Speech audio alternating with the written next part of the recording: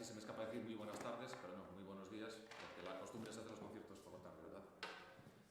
Para eso están a veces las costumbres, para saltarlas. Somos el dúo Senso y Virginia de Cura mirando al violonchelo y lo mismo al acordeón, Alejandro Ares. Es un placer estar aquí. No sé si os habéis fijado que tenéis un código QR. A través de él podéis encontrar no las notas del programa, sino las palabras que Mendelssohn escribió acerca de la música absoluta. Él defendía el poder de la música por sí sola para intentar expresar, y ese es el hilo conductor de todo nuestro concierto. Hemos cogido y recopilado unas canciones, unas palabras, unas obras que están directamente relacionadas con palabras, con algún tipo de historia literaria, y hemos intentado hacer un programa completo y redondo que espero que lo disfruten.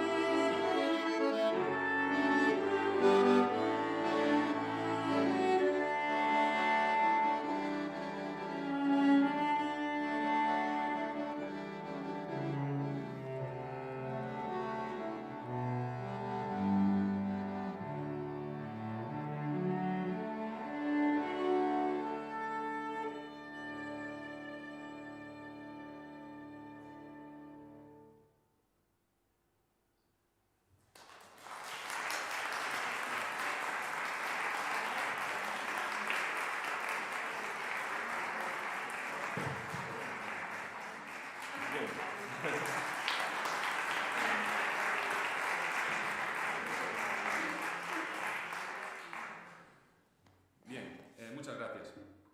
El compositor que vamos a tocar a continuación se llama Ernst Bloch. Es un compositor austríaco de origen judío que en su época, por razones obvias, debe emigrar a Estados Unidos. Es desde allí, desde donde recuerda las tradiciones familiares de aquellas canciones de los rituales religiosos de su etnia principal, ¿vale? Y en ella se inspira para componer la obra que vamos a tocar a continuación, que son 3 piezas de la vida judía, 3 Pieces from Jewish Life, número 1.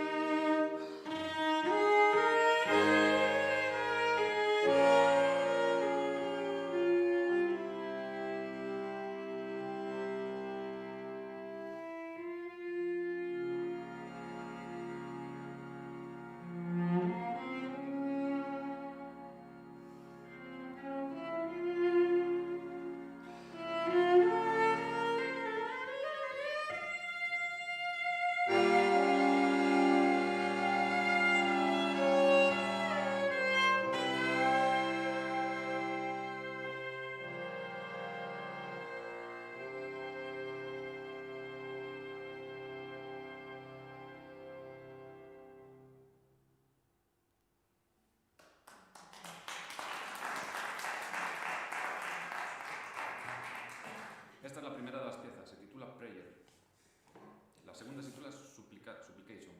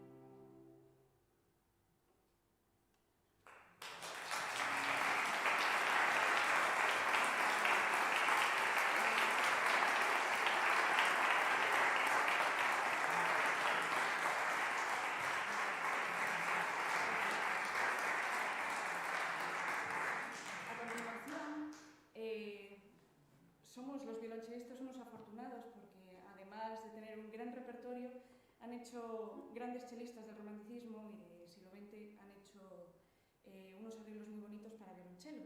Y uno de los arreglos que nos hemos agenciado, igual que la suite italiana Stravinsky, son las 6 canciones españolas de Falla, originalmente para soprano y orquesta.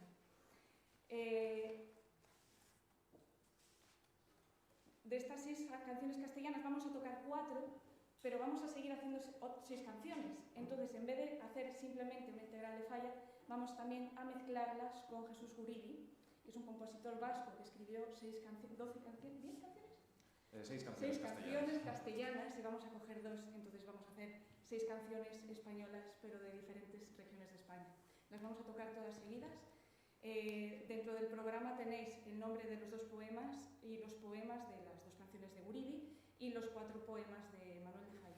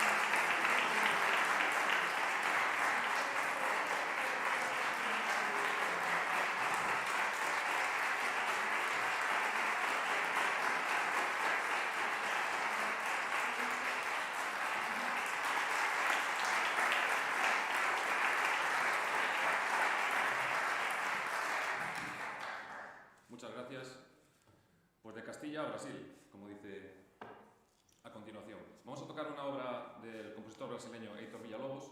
Su música tiene influencia también europea, de los conservatorios, de la música que se hace, de lo que se llama música académica europea, y en este caso tiene influencia de Johann Sebastian Bach. Y él lo que hace es una especie de mezcla de las músicas brasileñas con la Academia Europea, especialmente de Bach. De hecho, la pieza se titula Bachianas Brasileiras, es decir, tratando de compensar los dos mundos. Como curiosidad, destacar que es una obra para 8 chelos y soprano. Y yo hago la parte de los 8 chelos y ella la del soprano. O sea que esto ya... El que haya entendido algo, enhorabuena. Solo por puntualizar, hay una pequeña errata en las notas del QR. Es cantilena y no cantinela. Cantilena. Sería delante.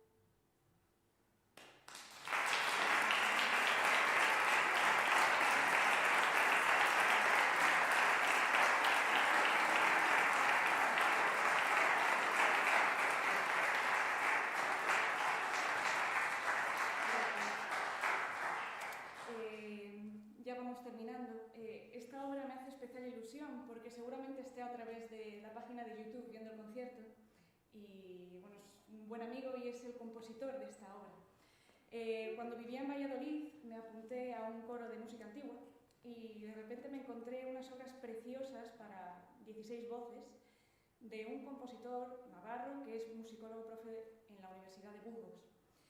Y tenemos la suerte de que nos ha escrito una obra para acordeón y cello que se titula, bueno, Estudios para cello y acordeón. El primero es Palabras que nunca dijimos y el segundo Vals sin palabras.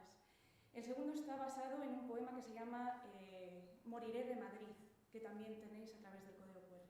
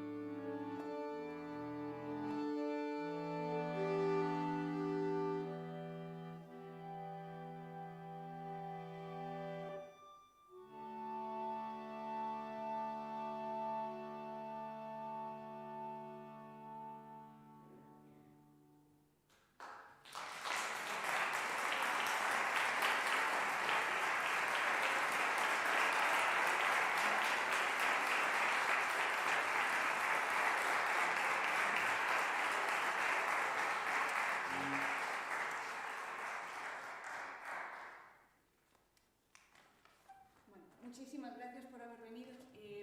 Para terminar, no podíamos tocar una cosa que no fuera Caso Dobbs, para quien no le conozca, bueno, quien no haya oído hablar de él, fue un violonchelista y un gran compositor. Muchas de sus obras son parte importante de nuestro repertorio. Simplemente como curiosidad, no sabíamos ni Alejandro ni yo lo que significaba requiebro. Él decía que era algo relacionado con el toreo. Yo no tenía ni idea y me dio por mirar en la RAE. Parece ser que requiebro también es halago, es decir las cosas bonitas de una persona. Piropo.